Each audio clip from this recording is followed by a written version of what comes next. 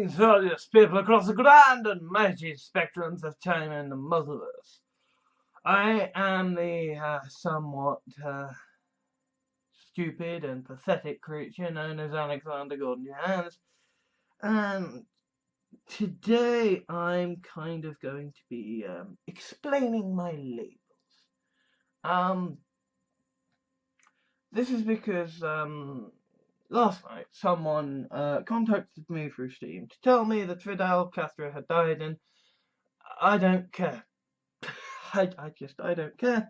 And as I was sort of explaining why, for me, I don't care, this person proceeded to try to engage me in conversation by asking me, what is a techno-progressive? What am I? And I then blocked them for being annoying because fuck it. Steam is a place where I go to play games. It is not to chat to random people on the internet. Indeed, any of my actual friends who I do like to talk to have ways of contacting me that you cunts don't. Sorry, cunts a little harsh in the majority of cases, but yeah. So what am I? Well, okay, let's go through the obvious things first. I'm cis. What cis means? That's CIS. That means my my gender identity and my assigned gender at birth are the same. I am not a trans person. And the reason that I have tits, despite being cis, is that I have this thing called Kalman syndrome, which basically means I can't smell, and my pituitary gland is fucked up, doesn't produce enough testosterone on its own, so I need them in injections. And no, I'm not going to mess with the prescription given by my doctor because I'm not a fucking fool. Yes, and I am a man. So the thing is, I've watched too much Linkara's Atop the Fourth Wall, so whenever I say that, I feel the need to punctuate it with a punch. I am a man! But no, yes. I am of the male orientation. and I am a bisexual. I spent a lot of my life thinking I was straight, so I still kind of find myself thinking that I'm straight occasionally, because I do have such overriding passion for women. But then there are certain men that, yes indeed. But enough about that. There are other videos where I talk about things like that. And then regulated capitalist come techno-progressive. What does that mean? Well, that means that in a society that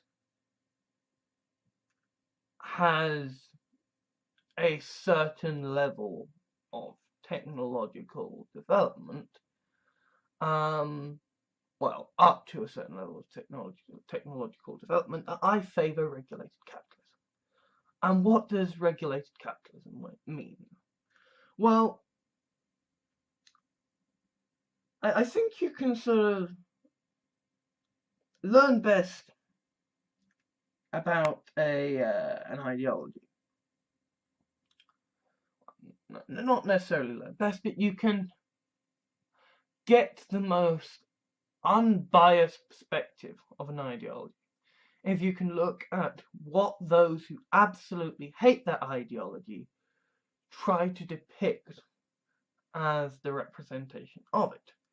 And if you can look upon that sort of twisted distortion of that ideology, and you can look upon it and respect it, then you can probably be fair, and you can probably be certain that in its more moderate, less distorted forms, you would stand by it.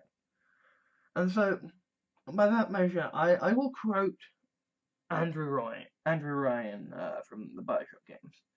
Namely, but Bioshock is obviously this great this great story railing against the terrors of anarcho-capitalism, and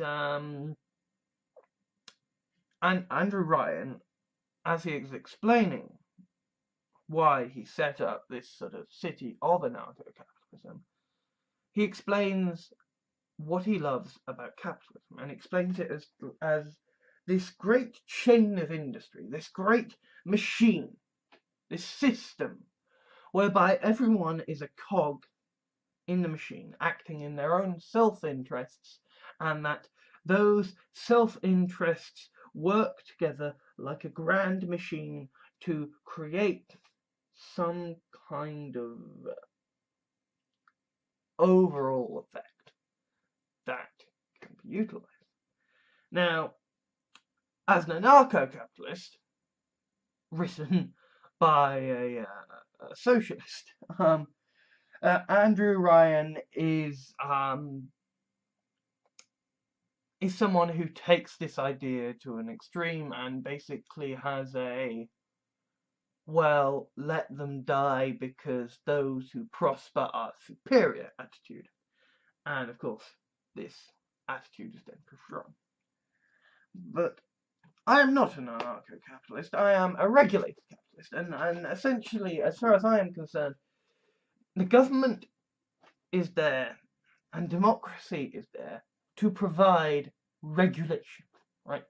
The government is there to provide regulation on corporations. Corporations are there to provide regulation against governments. Democracy is there to regulate governments and to regulate corporations. And the idea is that you have a balance. That under regulated capitalism, you get the benefits of the free market, or pseudo-free market, but at the same time, you have a welfare state to look after people. You have a national health service to see that nobody falls ill, that everybody is able to work at optimum efficiency. You have well-trained mental health services that are freely available, so that everyone is able to be at their most effective in terms of productivity. And you have a society that taxes things it does not like and removes taxes on things it does like.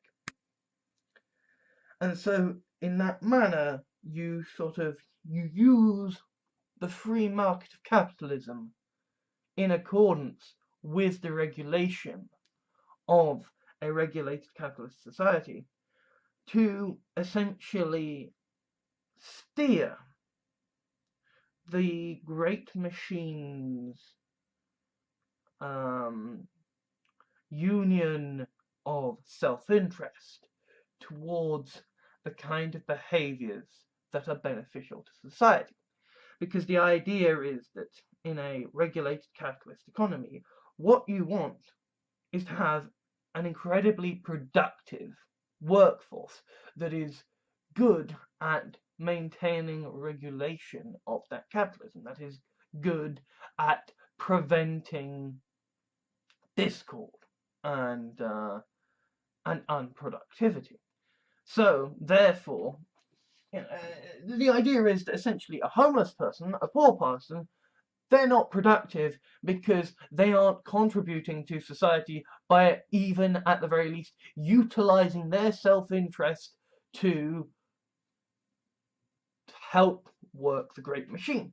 So what you do is you have a national health service to keep people fit, because obviously if they've got a broken leg, they can't work as effectively. You have mental health services, because if someone is having a breakdown, they can't be productive. You have a welfare state, so if someone is in a situation whereby they aren't going to recover, they aren't going to be able to get another job, they aren't going to be able to work as efficiently as possible, where if they aren't going to be able to contribute to society by offering the sweat of their brow, then what they can do at the very least is offer the computing power of their brains by being consumers in the regulated capitalist society. The idea is that you have a welfare state so that you can have, so that the average citizens who are maybe not necessarily able to produce themselves have the ability to vote with their wallets for the things that they would like. Essentially, with a regulated capitalist society, you keep the chains of industry turning for every member of that society, and therefore the great system of capitalism runs much quicker and much more effectively, because everybody has the income with which to spend it. Because the point of regulated capitalism, the point of capitalism in general, is that you want growth. You want consistent growth. You don't want stagnation. You don't want stop. And that means that you need a breakup of monopolies, right? Because once something gets too big, there's no growth anymore, right? At a certain point, everybody just uses Facebook. Everybody just uses Google. Everybody just uses the default option, and there is no competition. And if there is no competition, nothing improves, because the free market only works to improve if there are competitors. So you need to have as many sources of disposable income out there, as many individual minds out there spending that disposable income, so that there are many, many, many different voices and minds out there for all these corporations to compete for. What you want is competition, because competition in a capitalistic society is what drives improvement in society, right? You want companies to be ever striving. You never want companies to be content. You never want companies to be fat and lazy. You never want companies to be reliant on government handouts. You never want companies to just feel happy and sated that they are on top. Because then they will fuck things up. Then they will let things stagnate, because we don't need to innovate. We are on top. So you make sure that every citizen is able to use their disposable income how they wish.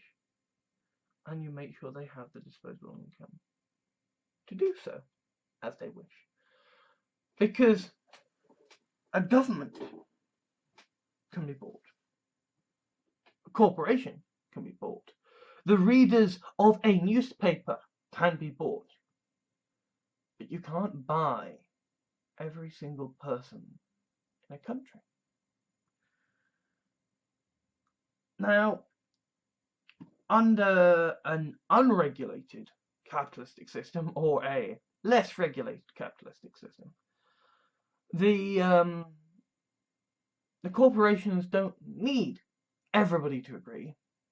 because the population that won't agree don't matter, because, well, those aren't contributing to anybody else anyway, because these are people who do not have disposable income, because these are people who are not able to work, who are not going to ever be in a position to be able to work,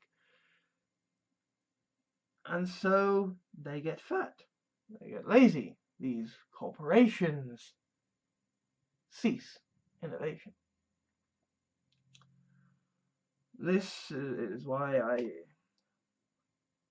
I have been a regulated capitalist, and this is why I am, up to a certain technological level, a regulated capitalist. I am also a techno-progressive. What does techno-progressive mean?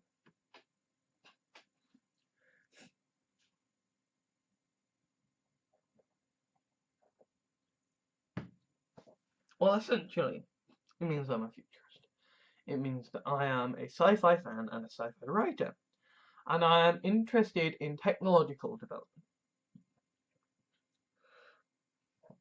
Specifically, I'm interested in things like VR, AR. I am interested in 3D printing. I am interested in lab-grown meat, or cultured meat as it is called.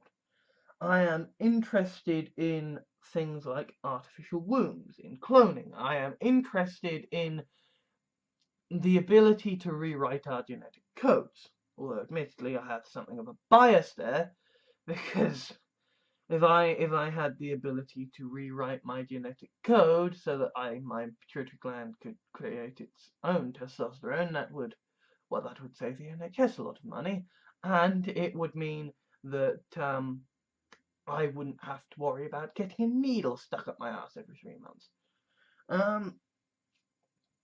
So I am interested in the ways that we are essentially entering into a society that I would regard as futuristic, right? And I am not just a futurist, I am a techno-progressive, because I see the technology we have now, and I think we can do good with this. I see this technology, and I don't think, well, we don't really need workers anymore, do we? We don't really need the proletariat. We don't need the commoners to breed and to be intelligent, because the machines can do the work for them. Yes, burn the law. I'm not someone like that. I am someone who believes that once we enter an age of abundance, because of technology, that we should use this technology for progressive gains for society.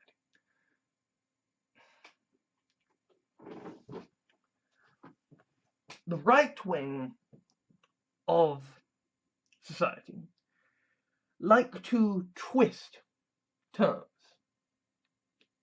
They like to do this a lot.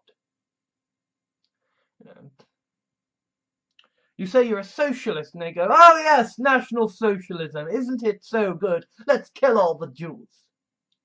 You say, well, communism isn't such a bad thing, and they go, well, look at Stalin, yes, wasn't he a fantastic chap? All those gulags. The right wing love to twist the left and paint it as monstrous because of, ironically, people who presented right-wing ideals as left-wing. So, I don't like saying socialist, not least because some socialists would hate me. After all, I'm a bloody capitalist. Despite the fact that regulated capitalism and democratic socialism have some overlaps.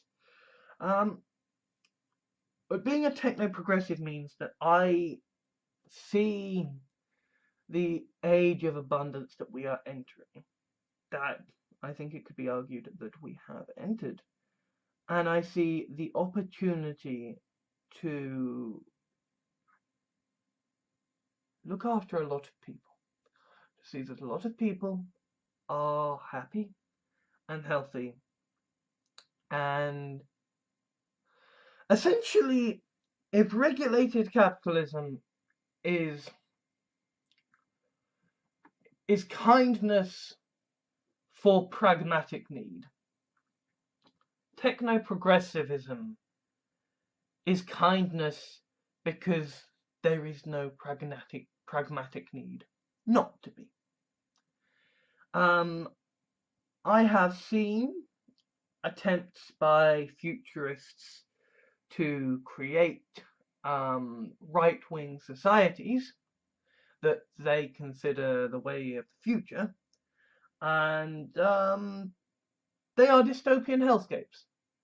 I think one of them, for example, is this idea of sort of simulated minds. And admittedly, this is something that I myself am interested in as a futurist, but I am interested in it as more of a way to get friendly AI than and therefore work towards true AI, and obviously there is then potential within the idea of simulated minds to do great and amazing things with this.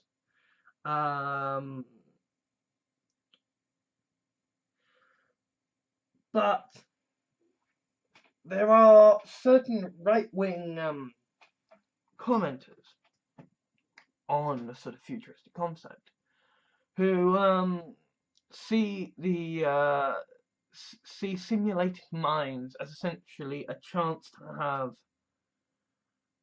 a kind of anarcho-capitalism within a simulated architecture where workers will work non-stop, sort of cloning themselves digitally over and over and over, as forcing themselves to live in squalor digitally so that they might end up producing the most content. Essentially, this is someone who has looked at the amazing discovery of artificial minds and said, imagine how brilliant it would be if we added the tyranny of unrestricted capitalistic economic growth chasing to it. So that for digital life forms who can theoretically live in fucking palaces without much cost at all, he foresees a society where these entities choose to essentially reproduce so very often that they are forced to work non-stop, live in squalid conditions, and become good little worker bees, producing technological growth in the wider world.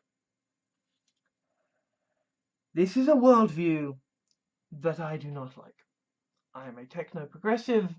I see a world of background meat. I see a world of genetic manipulation for the better. I see a world that's capable of solving famine by making crops that can grow in the most difficult of conditions. I see a world that is capable of doing away with the murder of meat farming and indeed the pollution side effects of conventional meat farming. I see a world where the technology exists to allow everyone to get the operations to become whatever they wish.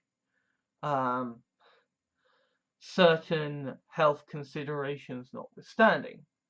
For example, if you wanted to become a dragon, you might have to forego having a canister of propane inside your body so that you can breathe fire, because that might be a bit of a fire risk.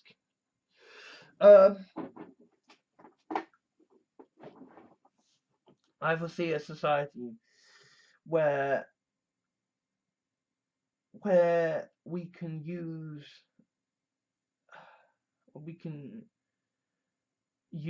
nuclear fusion, where we can use hydrothermal power, where we can use geothermal electricity, wind power, solar power, tidal power, all of these things to create a virtually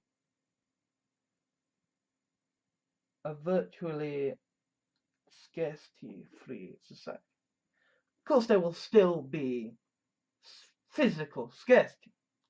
There will still be raw materials that are hard to get on our planet. But we are already seeing, admittedly, thanks to capitalism, and as I said, I'm not against capitalism if it is well regulated. We have seen already attempts by private companies to get out into the stars with the ultimate aim of mining asteroids and meteorites. And if we could do that, if we could find a way to sustainably and cheaply make space mining runs, then the last great scarcity could be at an end, because any physical scarce resources on this planet will be found out there in space. And yes, space is really fucking big, and so it's not going to be easy until then. But even supposing we don't have enough resources for there to be unlimited iPads, I believe we could certainly end up in a situation whereby everyone can own one screen computational device, and everybody can then live relatively freely, cheaply on electricity and food that is,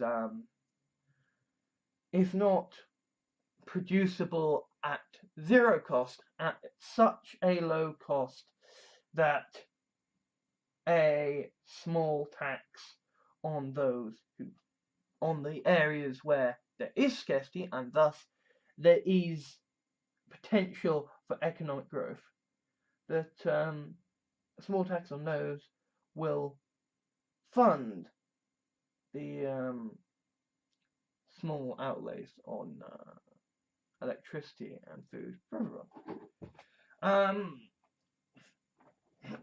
Admittedly, this is a problem that you have if you have a government that is too powerful and you decide to introduce some kind of communism, because communism can be perverted if you have a government that is not properly controlled by the people, or more properly, if you have a government that can be easily controlled by certain people. As a techno-progressive, I want a society in which a post-scarcity techno-utopia is possible. And that means that I am someone who wants policies that will bring about policies that will not only allow post-scarcity to properly flourish, but that will see that any attempts to distort or take advantage of this for some elitist, selfish need will be prevented. proportional representation is essentially a way to prevent the higher ideals that I am chasing coming back to bite us all in the fucking ass. And you see, that's the difference between me and the alt-right, fundamentally, is that they might see proportional representation as an opportunity to get their right-wing ideals across. But they're also very scared that it will let the left-wing get their ideas across. I look at proportional representation and I see it as a chance for society, for ordinary citizens, to properly regulate their government against right-wing governments and left-wing governments that take a turn to the right wing.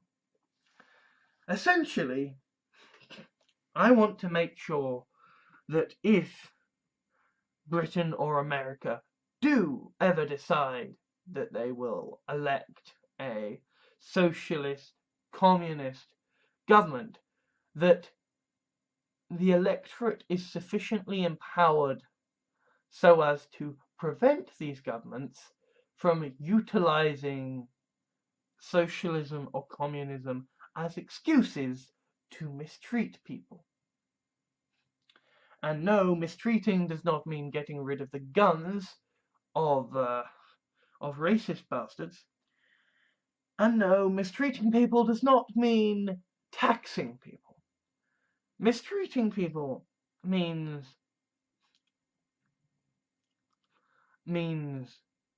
using their position of power and their position of redistributing for the greater good to essentially leave people to starve in poverty. I want to empower those who are left starving, not empower those who have hatred, bigotry, and a few dozen titles and lands to their names, don't you know?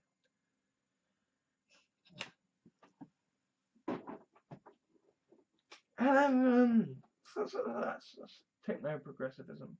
I'm not sure if anybody actually understands what I've just said, but I've given it a good go. So then there's lapsed vegetarian. Lapsed vegetarian means that I tried to be a vegetarian, and I lapsed. I decided I liked meat too much. And essentially all I was really doing was sending a message. And that as someone who is a right and who has this channel, I have other ways to send the message that eating meat is a bad thing.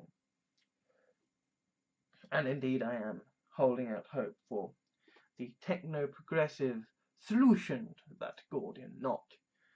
Just have some cultured meat, and that way I can liberate my chickens and I can eat my chicken meat too. And so yeah, as a lapsed vegetarian, I am someone who recognizes that meat is murder, but I also recognize that meat is fucking tasty, and I like eating it, so I'm going to keep eating it, at least until cultured meat comes along, and then I will keep eating cultured meat.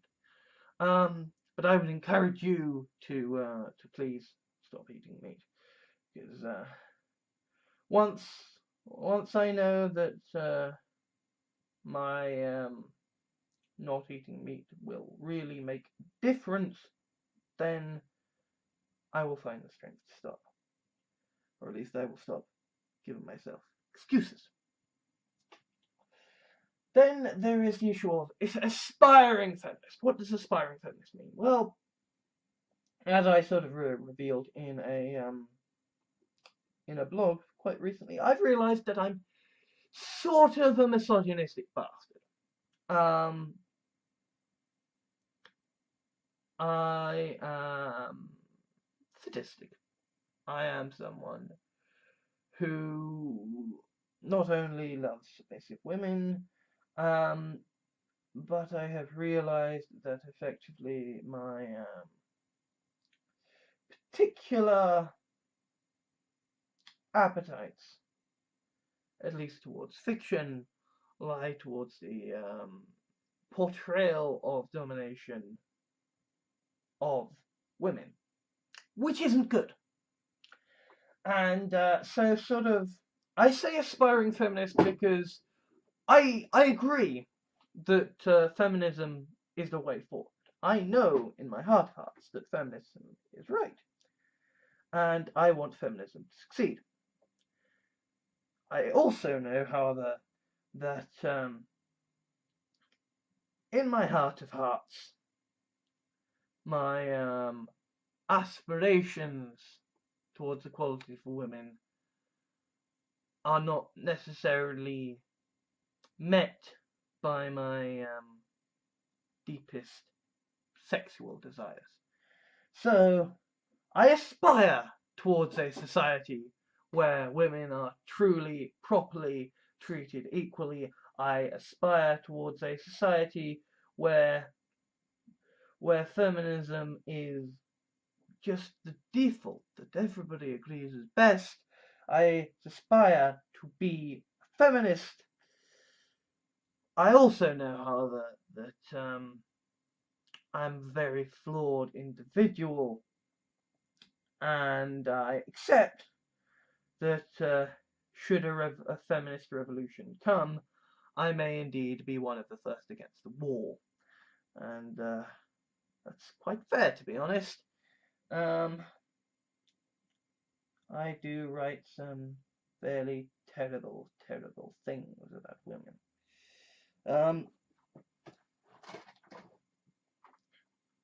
So that's, yes, cis, white. Ah, yes, white, yes. I forgot about that. Yes, I'm English. My parents are English. My grandparents are English. I could probably go down farther and farther and farther and farther and farther and farther down the sort of family tree, but I don't care to. I'm English. I am of the Caucasian ethnicity. Yes, I'm white.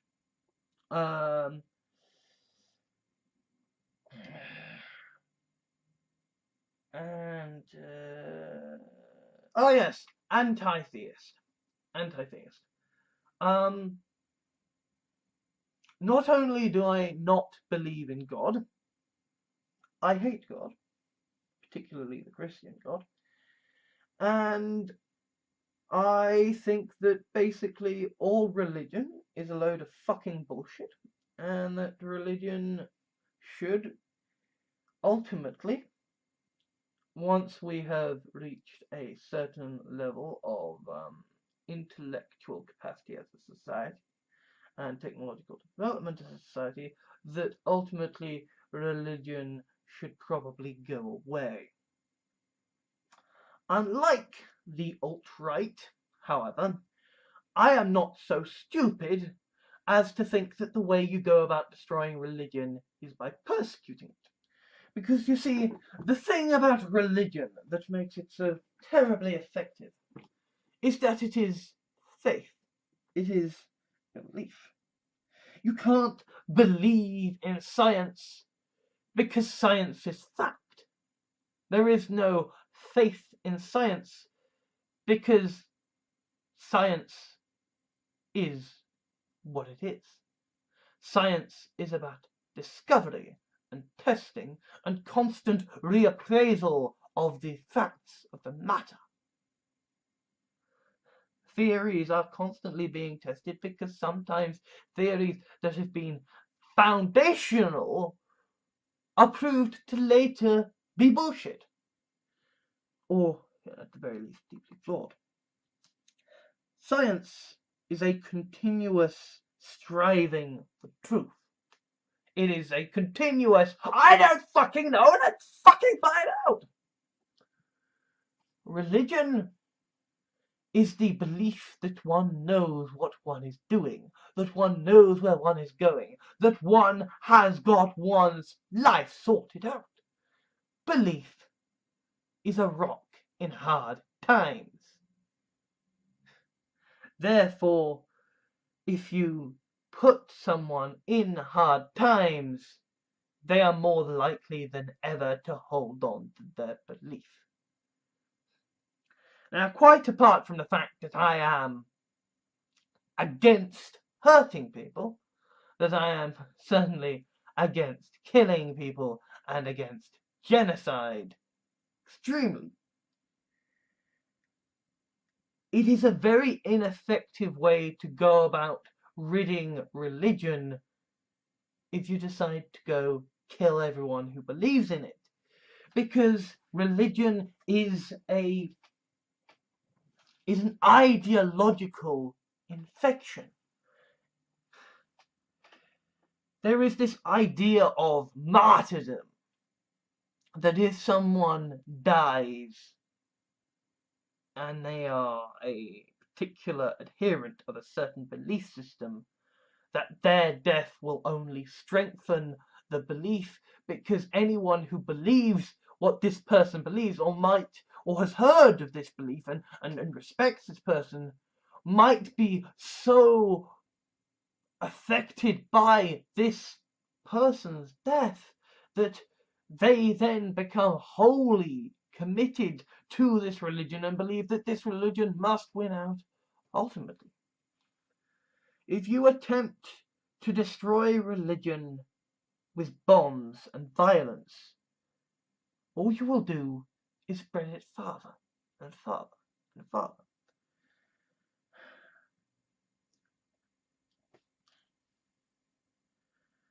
I mean, this, I believe, is why ISIS are so very thoroughly bent on persecuting Muslims and on encouraging Americans and Britons to persecute Muslims. Because when you persecute a religious minority, you spread that religion farther. And if your particular political bent is a minority of a religious minority, then you want to make sure there are as many adherents of that religion as possible to encourage the possibility of the minority coming about more. Yeah, it's sort of like if 1 in every 100 of 1 of every 10 joins your cause, then you want to make sure that there are as many 1 of every 10s possible to increase the chances of there being more people to join your cause. Persecuting only enhances religion. Now, yes, theoretically, if you were to utterly obliterate all witnesses to a religion and utterly destroy all texts, then yes, theoretically, you might be able to wipe out a religion with force.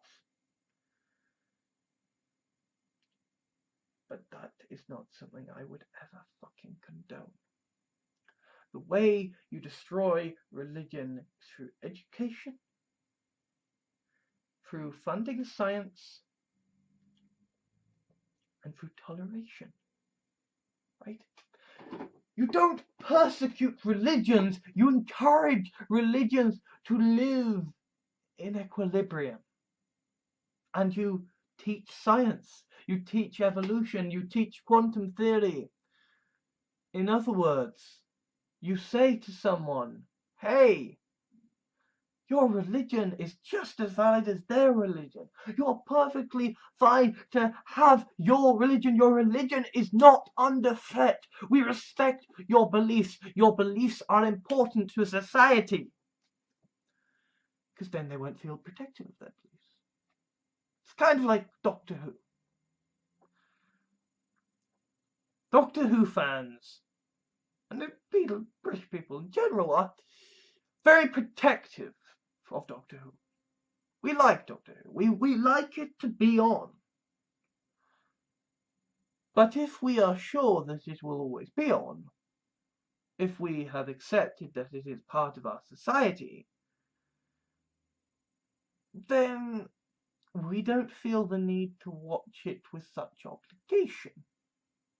Once we have accepted that Doctor Who will always be around, we stop watching it. We stop talking about it. We stop caring about it because, well, it's always going to be around. There's nothing to worry about. We don't need to champion it or defend it. It's perfectly fine.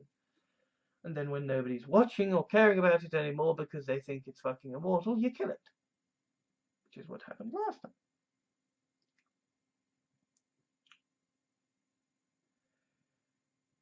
Religions lose power when they are tolerated. Religions lose power when they are encouraged to butt up against other religions. Because you see, scientists, rationalists, people who believe in the scientific ideal, aren't afraid of facts. They aren't afraid of debate. They trust in the knowledge of facts, and they trust in the ability to change their minds about these facts. Religious people, however, have faith. And that faith can be challenged by facts because that faith is not backed up by facts.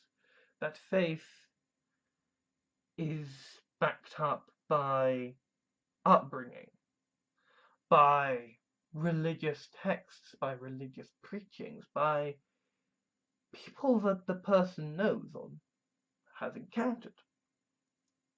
Religion is something that is destroyed through toleration and education. It's not something that is destroyed by bombs.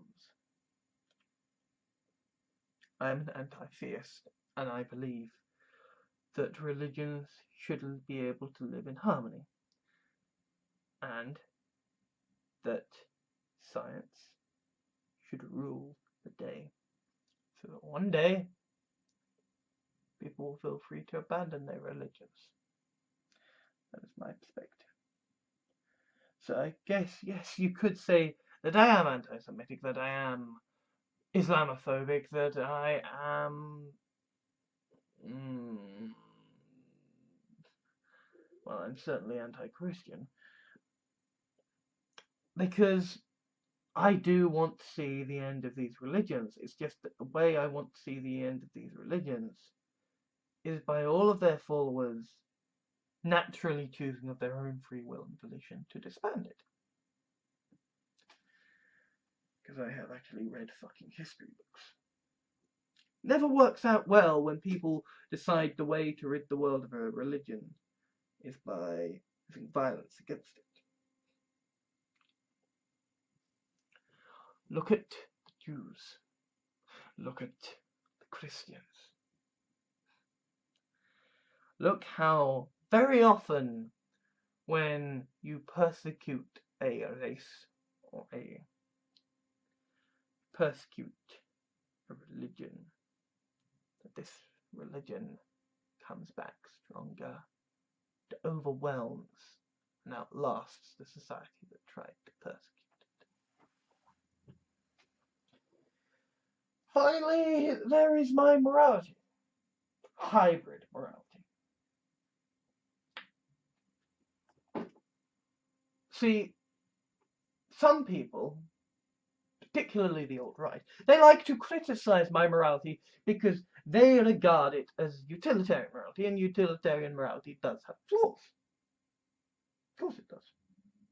That's why I don't believe in utilitarian morality. I believe in a variant of it called hybrid morality. Utilitarian morality is an interesting writing device because utilitarian morality allows a hero to be a complete and utter bastard.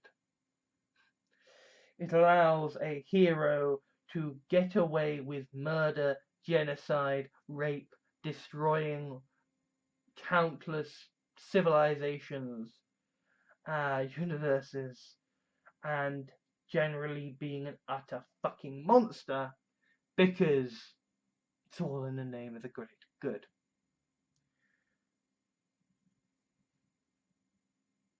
And sort of classical morality, I mean, I suppose you could say, is it cant, is it biblical morality? Essentially, classical morality is as I define it. It's, thou shalt not kill, thou shalt not steal, thou shalt not pirate. Um, don't have affairs. Don't lie to people. Certainly don't commit genocide. Don't be creepy. Do help people. Stuff like that. Classical morality. It's sort of common sense. Do's and don'ts. This is a bad thing. This is a good thing. Hybrid morality says that you take this idea of classical morality and you sort of apply it as modifiers to utilitarian morality.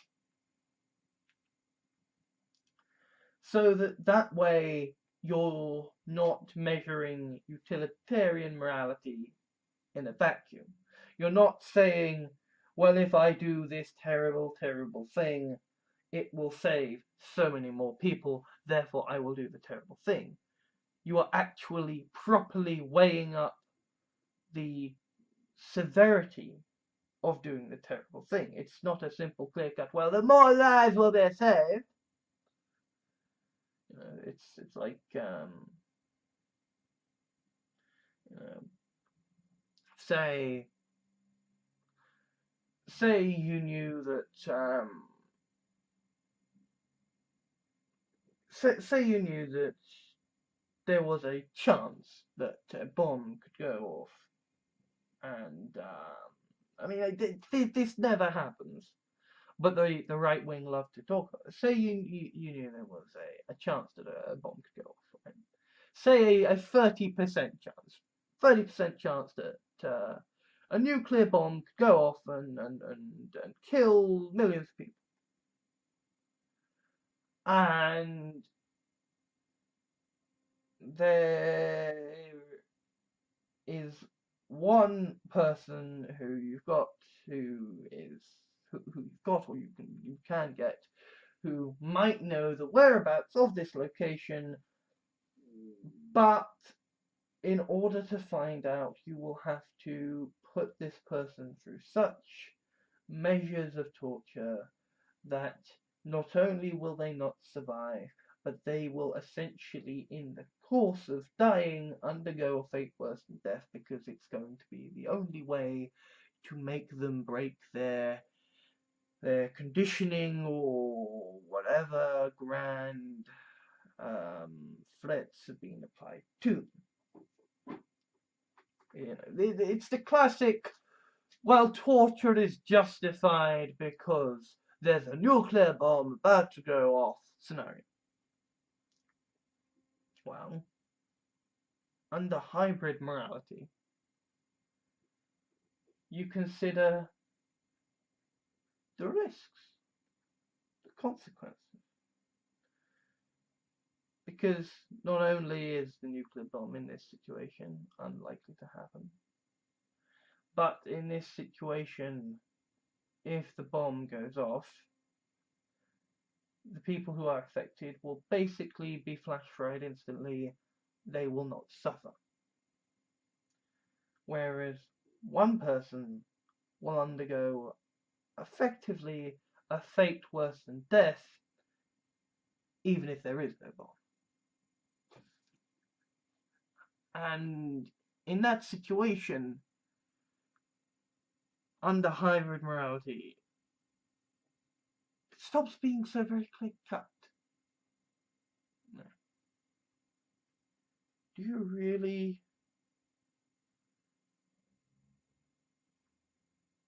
wait such a terrible, terrible fate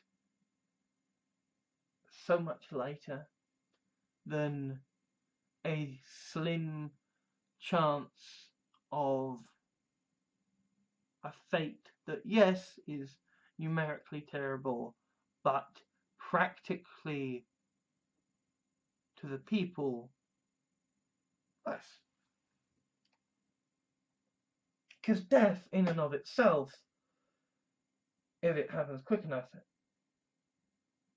is not that terrible thing.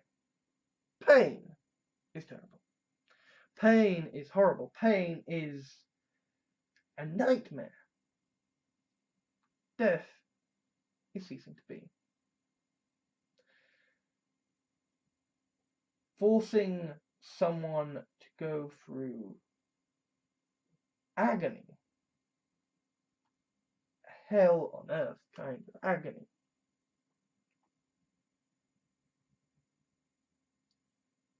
in order to potentially, and in this situation, remember, the odds are against it. Like,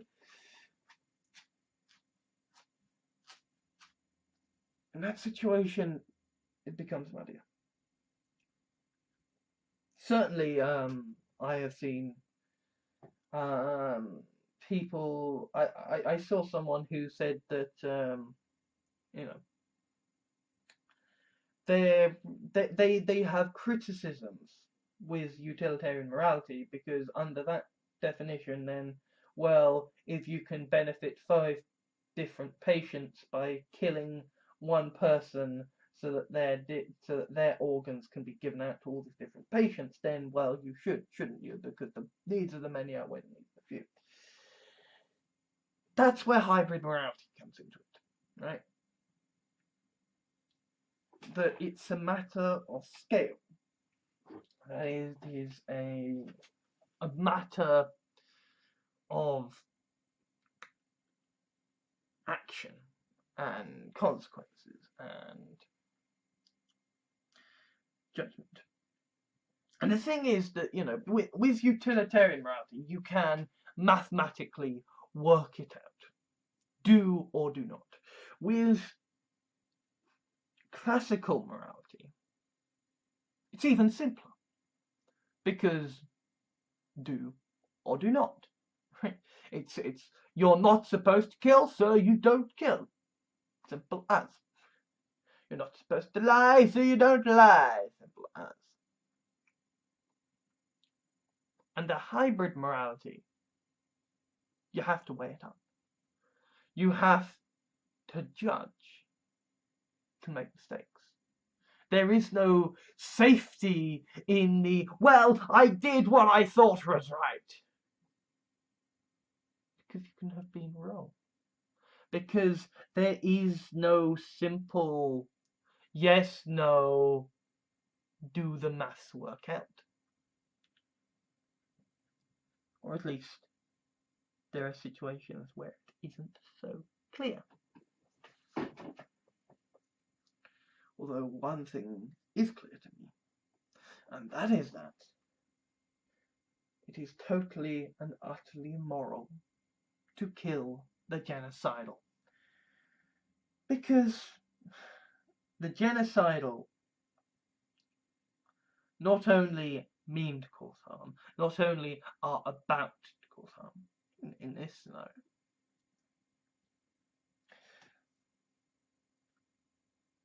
but these are people who likely wouldn't be redeemed. Because, you see, like, murder can be a heat of the moment thing. It can be a, you know, crime of passion, you know, drunken, lashing out, or whatever. Genocide isn't the same way. Genocide is a calm, premeditated orchestration of death. No one accidentally in the heat of the moment commits genocide. genocide is a careful, premeditated thing.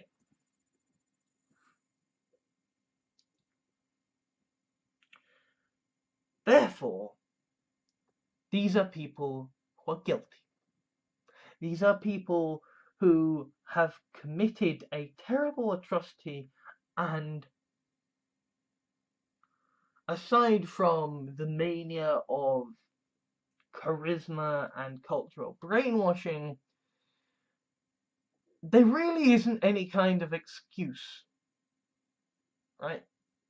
And as excuses go, those are fairly fucking weak, right? If you are the type of individual who is so weak-willed they will commit genocide because, well, this really charismatic guy said so, and I went on 4chan and there were all these memes, so I said, fuck it, let's commit genocide. Like, that's...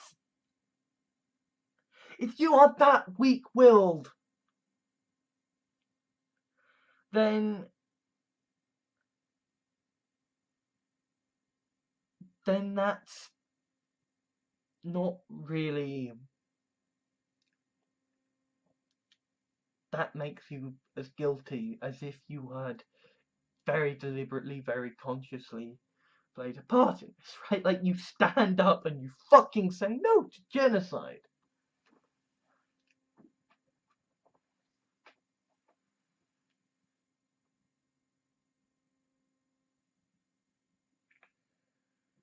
So therefore, genocide is the one action, as far as I'm concerned, it is absolutely clear that if someone, if an organisation perpetrates it, or tries to perpetrate it, that it is absolutely moral for them to be killed. Certainly, it is moral for them to be killed if they are in the process of carrying it out. Do not think that you can say, well, it's wrong to kill people, whilst you are going about genocide. It is not hypocrisy to defend people from being slayed in the thousands and the millions if you yourselves are the ones carrying that out. And to that end, people of the alt-right, I issue this warning. People have noticed you now. They are angry. And you see, when the right get angry, they get their guns and they stamp about and they go, oh, look at me, look how big my dick is. When the left get angry, though, they start getting prepared. They start thinking coldly, callously, pragmatically. They start calculating the ways to bring you down. They will. If you don't stop, if you don't rethink what the fuck you are doing, if you don't stop with those goddamn Nazi salutes, then they will find you and they will kill you. They will go towards you, they will bomb you, they will shoot you, and they will kill your friends. After all, your great leader said that you should kill the families of terrorists, right? And that's what the alt-right are. They are white nationalist terrorists. So why not? Why not follow the example of your own Führer and kill the families of terrorists? Except we're better than you, so that's not going to happen. Unless your families are terrorists. Unless you brought them into the act of committing genocide, unless you were so swayed by the alt-right cause and so convinced by its bullshit, unless you were so red-pilled that you managed to red-pill your entire family, in which case, tough luck, bucko. A war is coming. A war is coming, and it is going to sweep away the alt-right one way or the other. The thing is, even if Donald Trump is the Führer, he is going to get rid of you as well. Because that's the way of politics. Even if you do manage to elect your white man on the charger to try to bring about genocide, not only is he not going to succeed, but he is going to know that he is only going to have a chance to succeed if he silences the problematic individuals among his supporters first. So if I were you, I would fucking keep your heads low. Because not only are the left coming for you, but your own grand leaders, they will be coming for you as well. Anyone who stands up, anyone who decides to lash out and harass, you're gonna die. And I keep trying to warn you, because I'm the kind of person who tries to save people even if they have abused me. Because I care about people even when I know they are fucking horrible bastards. That doesn't mean I'm gonna listen to you. That doesn't mean I give a shit what bullshit you send through the post. No, does that mean I won't get your asses fucking arrested for that? But what it does mean is that I am going to try to help you see sense. I'm going to try to help you realize that you should abandon your damn silly cause before it gets you all killed. I'm against genocide. I am against murder. I am against people being killed. You will be killed if you continue on like this. The alt-right will die horribly if it continues on like this. And if it's going to commit genocide, fucking quite right too. But I would still like to prevent that possibility all the same. So please, abandon your beliefs. Take the blue pill. See sense. Save your fucking selves.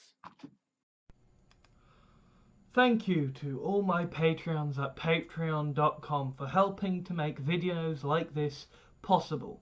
If you wish to leave a like or dislike to rate the video for my analytics, that would be much appreciated.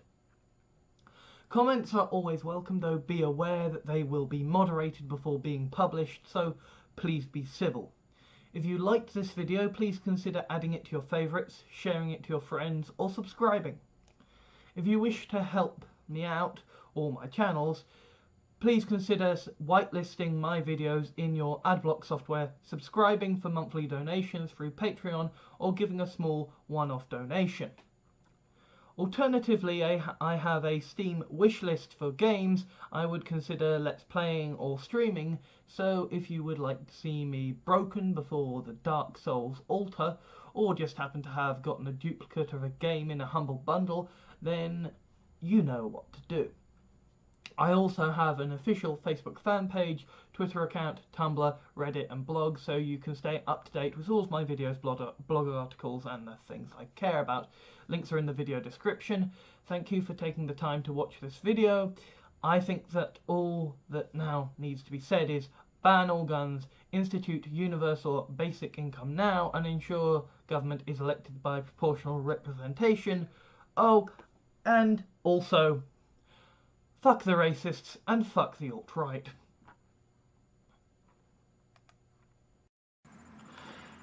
It is a reward for Patreons that who donate $5 or more, that they get thanks for donating $5 or more to my Patreon, and I haven't been doing that because I'm sort of shit at things, and so I am going to be thanking all the people who have donated $5 or more, basically for all time so far, and this is going to be re-recorded every time someone else donates $5 more in future. So anyway, without further ado, here we go. Thank you to Michael Hamilton Fletcher, who donated on September the 13th, 2015. And thank you to Marcus Anthony Infante, who pledged $5 on September the 3rd, 2016, and thank you to Henry Wotton, who pledged $5 on September the 8th, 2016.